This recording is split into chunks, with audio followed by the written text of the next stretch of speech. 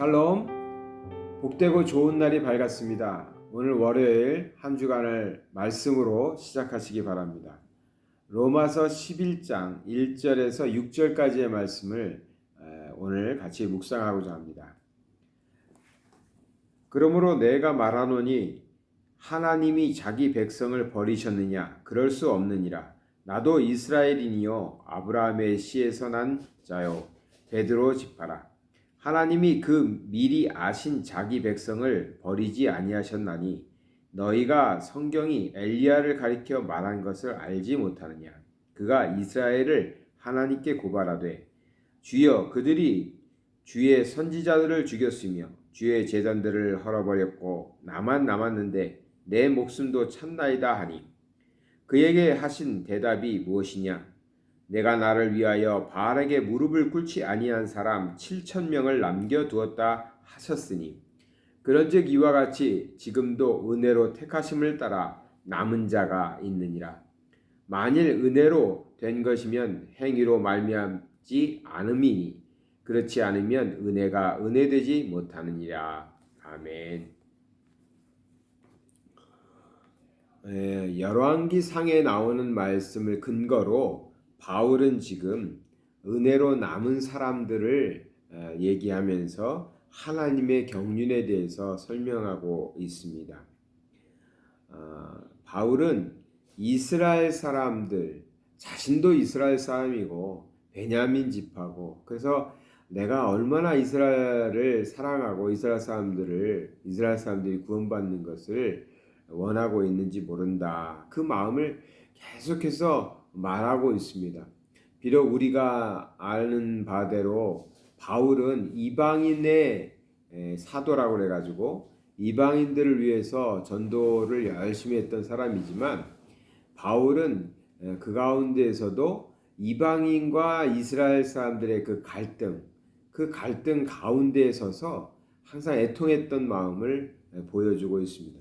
그러면서 이제 오늘은 어떤 말씀이 나오냐면 당시에 그러니까 구약 성경에 보면 이사야 선지자가 활동을 할 때, 그러니까 아합 왕이거든요. 아합 왕이 있을 때 바알 신을 섬기던, 당시에 이제 바알 신을 섬기던 사람들이 많았는데 이 바알 신을 섬기던 사람들에 의해서 엘리야가 모함을 받아서 결국은 이제 죽을 위기도 겪었죠. 그때 하나님께서 이제 제단에서 역사도 하시고 뭐 그런 일들이 일어나는데 그때도 이제 똑같이 엘리야가 원망을 합니다. 하나님, 내가 하나님만을 섬기는데 저들이 우상신을 섬기는 저들이 정말 많은 수를 가지고 공격해 오면서 다 도망가고 또 다 죽고 나만 남았습니다 할 때 하나님께서 뭐라고 했어요?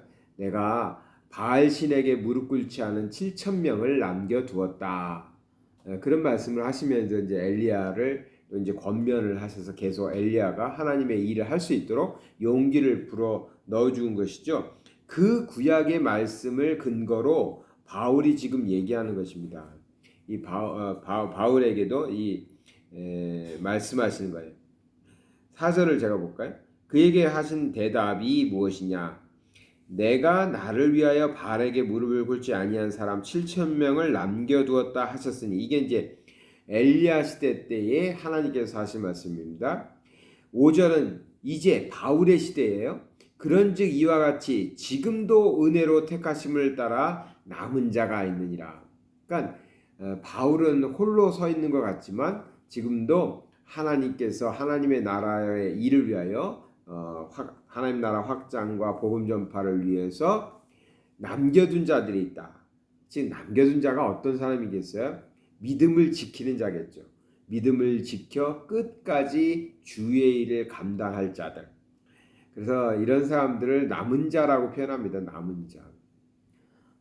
우리가 이제 신앙생활을 하다 보면 처음에 다 같이 열심히 신앙생활을 함께 합니다. 아주 좋을 때는 아주 많은 사람들이 몰려와서 같이 합니다. 그러다가 어떤 위기나 어려움이나 갈등이 있으면 적지 않은 사람들이 어떻게 되죠? 떠나죠. 떠나거나 또는 단기를 들어가지고 예전과는 다르게 싸움을 일으키고 분쟁을 일삼고 그런 일들도 많이 봅니다. 특히나 교회 같은 구조를 보면 교회가 어려움을 당하면은 사람들이 많이 교회를 떠나는 모습을 볼 수 있습니다. 사실은 이 교회라는 것이 성도들의 모임이잖아요. 그러니까 이게 교회관이 조금 우리가 인식이 좀 잘못된 것 같아요. 교회라는 것은 하나님의 집이고 예수 그리스도로 인하여 세워지는 것이지만 성도들의 모임이거든요. 성도들의 모임. 근데 우리가 조금 착각하는 것 같아요. 교회는 목회자가 세우는 것처럼. 그러니까 우리나라의 개척교회가 조금 그런 성향들이 있죠. 목사님들이 개척을 해서 성도들을 한 명 한 명 전도해서 교회가 이제 성장해 가면 나중에 이제 큰 교회도 되고 이렇게 됩니다. 근데 처음에는 대부분은 교회가 어떻게 세워지냐면 목사님이 개척을 하는 그런 과정을 겪습니다. 그러다 보니까 그렇게 해서 안정적으로 교회가 성장해서 뭐 교회가 조직도 갖추고 그렇게 되면 좀 괜찮은데 그러지 못했을 때 교회가 성장하지 못하고 이 작은 교회의 모임이나 공동체로 그냥 계속 가다 보면 그러다가 어려움을 겪게 되고 문제가 생기면 그냥 사람들이 떠나버리는 거죠. 교회를 떠나버리는 거예요. 이 교회는 어차피 우리 목사님이 개척하신 거니까 뭐 목사님이 알아서 하시겠지, 뭐 처리하시겠지 하고 다 떠나버리는 겁니다. 하나님의 교회는 성도들이 모여서 적은 무리라도 성도들이 모여서 함께 기도하고 찬양하고 말씀을 나누다가 우리가 하나님의 뜻을 따라서 교회를 세워야 되겠다. 그러니까 성도들이 세우는 거죠. 성도들과 함께 세워지는 교회. 그래야 그것이 성경적인 교회고 또 건강하게 성장해 갈 수 있는 것이죠. 그러지 못하다 보니까 교회들은 좀 어려움이 있으면 주인의식이 없다 보니까 많은 교회에서 보게 되는 현상들은 대부분 떠나버리는 겁니다. 교회에 어려움이 있거나 뭐 경제적인 어려움도 있을 수 있고 뭐 또는 사람의 관계도 있을 수 있고 목회자에 대한 신뢰의 어려움도 있을 수 있죠. 뭐 그렇게 됐을 때 사람들이 다 떠나버린 거예요. 남는 사람들이 별로 안 남는 거죠. 근데 또 그때도 남는 자가 있죠. 그때 제가 이제 표현되는 표현이 이 남은 자 많이 사용되는 것이. 어떤 어려움이 있을 때에도 끝까지 주의 일이라고 믿어질 때 남은 자의 신앙을 가지고 그 자리를 지켜가는 것. 그게 엘리야 때 7,000명의 바알신에게 무릎 꿇지 않은 자가 있다. 그 말씀이 있고 또 오늘도 바울의 시대에도 은혜로 택하심을 받은 자들이 남아있다. 이런 표현으로 되어 있고 오늘 우리들에게도 그렇습니다. 우리가 살아가는 삶의 자리에서 정말 많은 사람들이 어려움만은 아닌 것 같은데 사실 우리가 하나님을 떠나는 것이 꼭 어려워서 떠나는 건 아닙니다. 그렇지만 뭐 여러 가지 상황들이 있죠. 코로나 상황도 있었고 예배를 못 드리게 되는 상황도 있고 물질 만능주의에 빠져서 너무나 풍요 속에서 하나님을 떠나는 사람들도 있고요. 또 교회에 대한 환멸 발음이 좀 제가 교회에 대한 환멸을 느껴서 떠나는 사람, 목회자에 대한 신뢰가 깨져서 떠나는 사람, 많은 뭐 이유들이 있겠죠. 또 요즘에 제가 많이 이렇게 좀 마음이 좀 울적하다고 해야 될까요? 조금 뭐 그럴 필요까지 없는데 그런 거 뭐냐면 이제 너무나 오랫동안 우리 성도님들을 만나지 못하고 코타키나바루에 남아 계신 우리 성도님들이 정말 너무 적어서 이런 상태에서 1년 이상 이렇게 교회를 섬긴다는 것도 사실 인간적으로 볼 때는 쉬운 일은 아니거든요.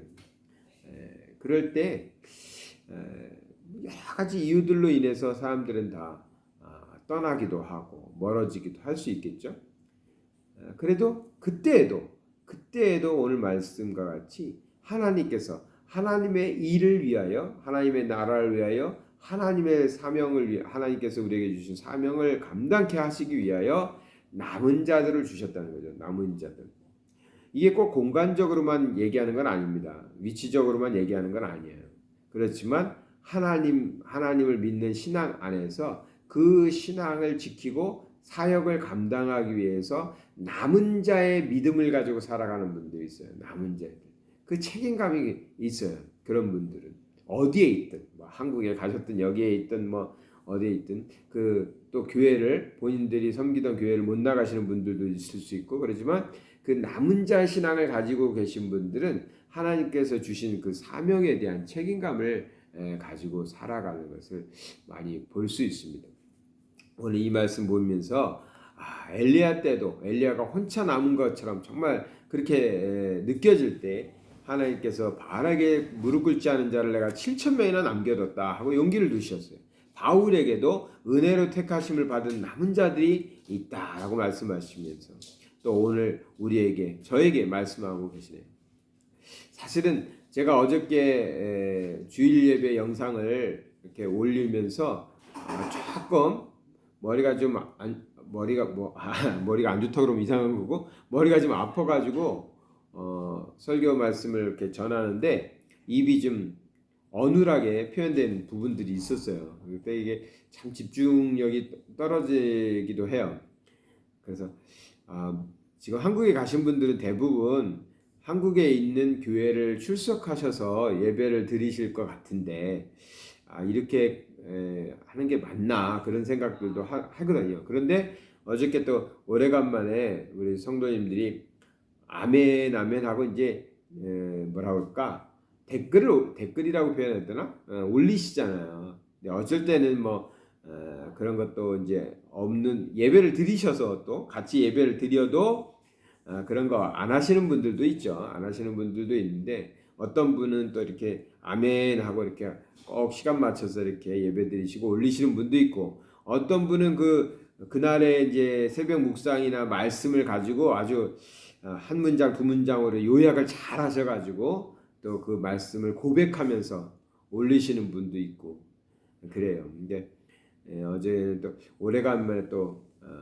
아멘 올리신 분이 또 있어서 하나님께서 내 마음에 개인적인 얘기입니다. 개인적인 제 생각이고 제 마음일 수 있지만 제 마음이 조금 지쳐갈 때 이거 나만 이러고 있는 거 아니야? 나만 일방적으로 바라보고 있는 거 아니야? 이런 생각을 가질 때 하나님께서 그 단순한 아멘이라는 화답의 글자에 불과하지만 그것을 통해서 하나님께서는 내가 이 코타키나바루에 세운 예언교회를 위하여 또 나의 교회를 위하여 나의 일을 위하여 내가 남은 자들을 두었다. 남은 자들이 있다. 그들과 함께 너는 이 길을 걸어가고 있다라는 확신을 주시기 위해서 그런 거 아닌가. 그래서 참 또 마음이 또 한편 힘이 나면서 또 어제를 보냈거든요.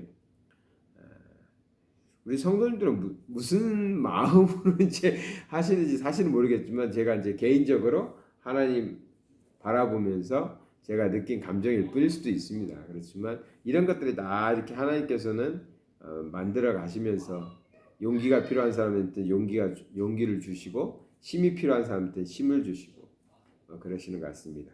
어쨌든 말씀이 길어졌는데요. 오늘 말씀에 남은 자 하나님께서 남기신 자들이 있습니다. 하나님의 일을 위하여 우상에게 무릎 꿇지 않고 또 믿음으로 자기 믿음을 지켜가면서 남아있는 사람들 그런 남은 자의 신앙을 가지고 우리가 살아야 될 줄 믿습니다. 세상에서 너무나 세상이 살기 좋아졌습니다. 또 재밌어졌습니다. 또 핑계김에 코로나19라는 핑계김에 교회도 멀리해도 크게 교회도 잘못하는 거 많고 목사님들도 죄를 많이 짓고 하니까 난 교회 안 나가도 돼 이런 그런 분위기들로 인해서 하나님으로부터 떠나는 사람들이 너무나 많은 시대에 살고 있습니다. 그러나 그것은 다 결국은 자신에게는 화가 되고 생명을 잃게 되는 일이라는 것을 기억해야 됩니다. 이럴 때일수록 우리가 남은 자의 신앙을 가지시고 살아가셔야 될 줄 믿습니다. 홀로 가는 길 아닙니다. 우리 하나님께서 우리 가는 그 길을 위해서 남기신 자들이 상당히 많이 있다라는 그런 마음 또 그러한 것을 확인하시고 용기를 내시고 오늘 또 살아가실 때 정말 신앙인답게 승리하시는 저와 여러분 되시기를 축원합니다. 사랑의 하나님 아버지 감사드립니다.